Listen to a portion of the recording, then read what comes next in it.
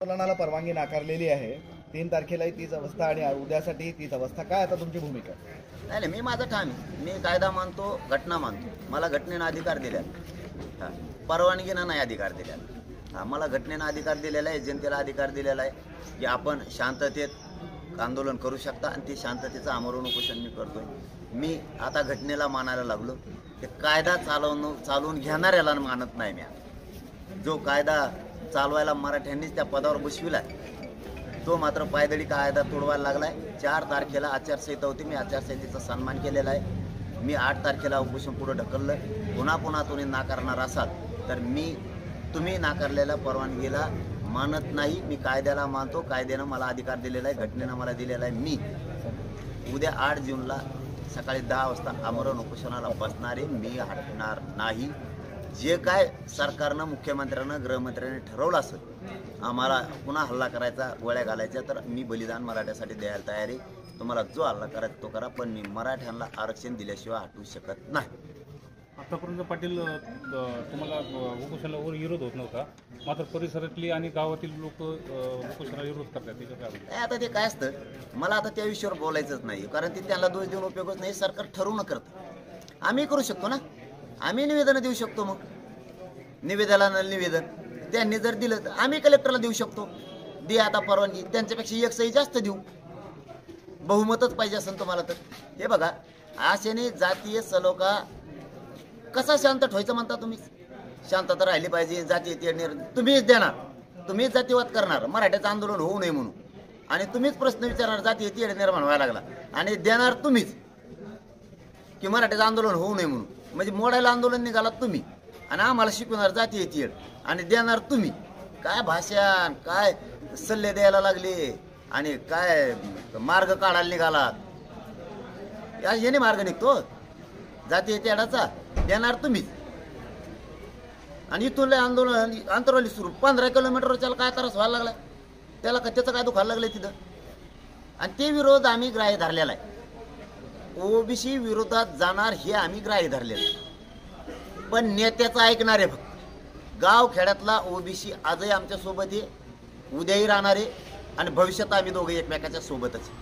गाव खेड्यातल्याचा काही संबंध नाही, हे नेते ओबीसीचे घडून आणतात, त्याच्यामुळं त्यांचा तर विरोध असणारच आहे, आणि हाही सुद्धा पहिल्यापासून। त्यामुळं आंदोलन बंद करायचं आम्ही अजिबात करत नाही। सगळं गाव एकीकडे, काही टेन्शन नाही, मला गाव इथून हलू देत नाही। त्याचबरोबर गावासंदर्भात गृह विभागानं असं सांगितलेलं आहे की उपोषणाबाबत आपण आंतरवली ग्रामपंचायतचा ग्रामसभेचे संमतीचे पत्रसुद्धा सादर केले नसल्या कारणाने ते कारण त्यांनी हे केलेले आहे। ग्रामपंचायत आंतरवली सराठी ग्रामसभेचं ठराव किंवा कागदपत्र संमत नाही केल्यामुळं नाकारतोय म्हणून। 10 महिने काय कानात बिड्या होत्या का तुमच्या? शेंगा खात होतात काय तिथे? 10 महिन्यात नाही दिसलं ग्रामपंचायतचं काय लिहून घ्यायचं होतं तुला नाकारायला? कायदा चालवायला निघाला त्या टायमाला झोपले होते का? आताच कसं काय पाहिजे तुम्हाला? हे सरकारचं ठरवून षडयंत्र आहे, मराठ्यांना कळालंय। तहसीलदारनं येणं, त्या निवेदन मागणं, आम्ही देणं, हे आंदोलन स्थगित आहे।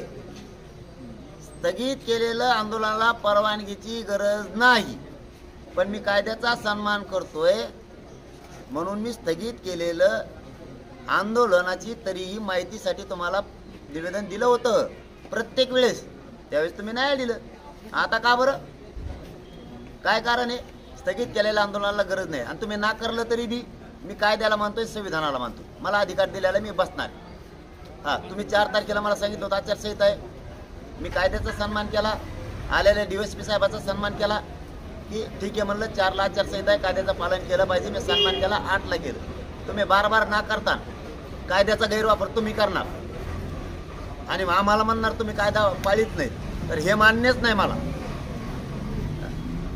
मला अधिकारी बसण्याचा, मी उद्या बसणार आहे, इकडं नाकारलं तरी बसणार आहे, परवानगी दिली तरी बसणार आहे। हे देवेंद्र फडणवीस चांगलं काम नाही करायला तुम्ही, शिंदे साहेब तुम्ही सुद्धा नाही, तुम्ही नजरेतून उतरू नका मराठ्यांच्या। आणखीन तरी दोघांनाही सांगतो, मराठ्यांची नाराजी अंगावर घेऊ नका, आंदोलन मोडायच्या मागं लागू नका। या आंदोलनाला पहिल्यापासून परवानगी स्थगित केलेलं आमरण उपोषण सुरू आहे, तुम्ही डावर रचू नका विनाकारण। आणि जातीय तेढ काही निर्माण होत नाही, कुठं जातीय तेढाचा काही संबंध नाही, काहीच संबंध नाही। आणि मराठा समाजालाही माझं हात जोडून आव्हान आहे, तुम्ही आंतरवालीकडं यासाठी येऊ नका. शेतीचे काम आहेत, आपलं शेतकरी वर्ग जास्त आहे, आपला तोटा होता कामा नाही. आधी पाऊस पडलेला आहे, पिकं लावून घ्या. इकडे येऊन आपलं शेत तिकडं पडक पडलं नाही पाहिजे, वाटलं नाही झालं पाहिजे. इकडे मी आहे, मी लढायला खंबीर आहे इकडं तुमच्या वतीनं. मी जर जीव गेला, बलिदान गेलं तरी मी लढायला खंबीर आहे, काहीच काळजी करू नका. इकडे यायचं नाही याचा अर्थ का तुम्हाला येऊ नका म्हणत नाही. कामं सोडून कुणी यायचं नाही, काम बुडवायचं नाही. मी आरक्षण घेतल्याशिवाय हटत नाही, काय करायचं तर करू द्या. मी इथं उद्या बसणार, सगळं गाव एकीकडून हे गावाचं म्हणणं आहे अजिबात हलायचं नाही इथून. कारण ग्रामपंचायत चाल हे कारण काढायला दिमागात झोपले होते का? कायदा शिकवायला तर आत्ता कायदा चालवायला लागला. एवढं 12ला निवेदन दिलं की 5 वाजता लगेच दखल घेता. लय तातडीचं झालं हो तुमचे, लयच ऍक्टिव्ह झाले फाटकूट. इथून मग झोपले होते का? आम्ही निवेदन दिलं किती दिवस झालं आरक्षणाचं, त्याच्यावर होणार ऍक्टिव्ह द्या ना फाटकून आरक्षण. ते तर डोळे गेल्याहून झाले तुम्हाला. इथं लयच दिसा लागले गप्पा गप तुम्हाला. जाती तेढ निर्माण होऊन तुम्हाला आणखीन लावून द्यायचं काय? ओबीसी तर मराठ्यात पोट्टे भरलं तुमचं आणखी. जाती तेढ आणखी निर्माणच करायचा. अरे आम्ही गाव खेडे, तुम्हाला काहीच अक्कल नाही का थोडी बी? ते डबडे बसतात तिथं ते सत्ताधाऱ्यांचे टीव्हीवरती आणि ते विश्लेषण करत. तुम्हाला कळत नाही का जातीवाद झाला नाही म्हणून या निवडणुकीवर? कळत नाही? एका जातीच्या जीवावर निवडून येत नसतं, कळत नाही का तुम्हाला? आम्ही ओबीसी बांधव आतून एक असतो हे कळत नाही का काही? अरे तुम्ही नका खेटो यार मला. एवढं मोठं होऊन सुद्धा तुमच्या आणखीन ते डाव. सत्ता याच्यासाठी मराठ्यांनी तुमच्या हातात दिलेलं नाही. तुम्ही आमच्यावर अन्याय चूक करू नका. शिंदे साहेब आणि फडणवीस साहेब दोघं बी तुम्ही पुन्हा हल्ला घडून आणायची यासाठीच काय निमित्ता लाखो पोरांवरती केसेसच काय करायला लागलात. ठरलंय ते सगळ्या स्वारीची अंमलबजावणी द्या. मराठा आणि कुणबी एकच ही कायदा पारित करा. केसेस मागे घ्यायचे ठरले ते घ्या. हैदराबादचं गॅझेट लागू करा. जे ठरलेलं ते द्या. फडणवीस साहेब शिंदे साहेब तुम्हाला विनंती करून सांगतो, सावध करायला लागलो. हेच मराठी डोक्यावर घेऊन नसते तुम्हाला. काड्या करू नका. मी तुम्हाला कवच जे शिवून देणार नाही काड्यात. तुम्ही ठरलंय ते द्या. आम्हाला तुम्हाला विरोध करण्याची गरजच नाही. आम्हाला राजकारणात जायचंच नाही. तुम्ही हाताने आम्हाला राजकारणात ढकलू नका. नाही तर विधानसभेत तुमचं काही खरं नाही. उपोषण बसण्याच्या अगोदर प्रशासन किंवा कोणी तुम्हाला चर्चेसाठी आले तर तुम्ही चर्चा करताल का? चर्चेला काय हे उघडत याला दारत नाही. सरकार आलं, पोलिस आले, प्रशासन आले, तिथे इथंच आले. लिंबकच भरला लिंबाखाली. आमचे बसत होते, सावली घेतली ते आमची. आता ते पाणी आमच्यात पिणार, भाकरी आमच्यात खाणार, सावलीला बसणार, झोपणार बी आम्हाला. आता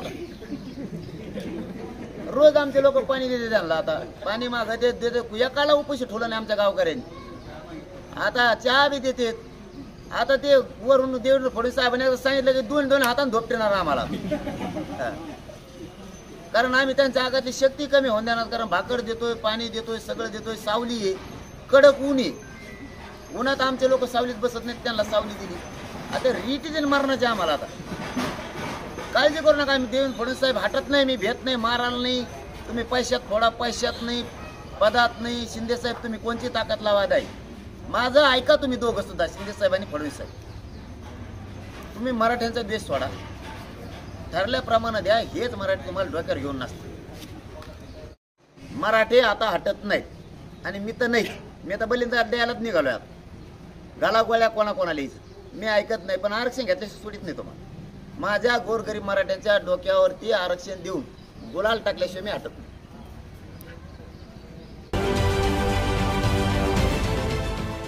देश विदेशातील प्रत्येक घडामोडींचे लाईव्ह अपडेट मिळवण्यासाठी आता साम टीव्हीच्या सर्व सोशल मीडिया प्लॅटफॉर्मला लाईक, फॉलो आणि सबस्क्राईब करा.